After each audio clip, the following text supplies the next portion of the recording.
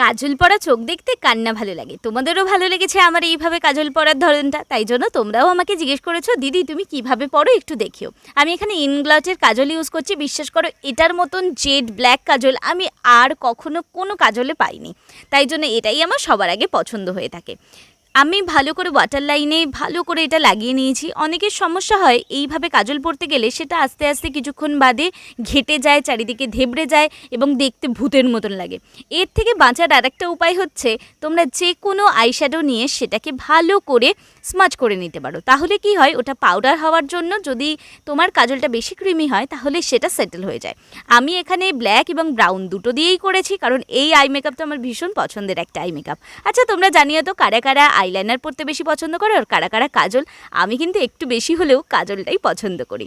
এই হচ্ছে final look, যেটা অনেকবার দেখে ফেলেছো। খুব তাড়াতাড়ি দেখা হবে নতুন লুকের সাথে, ততক্ষণের জন্য টাটা।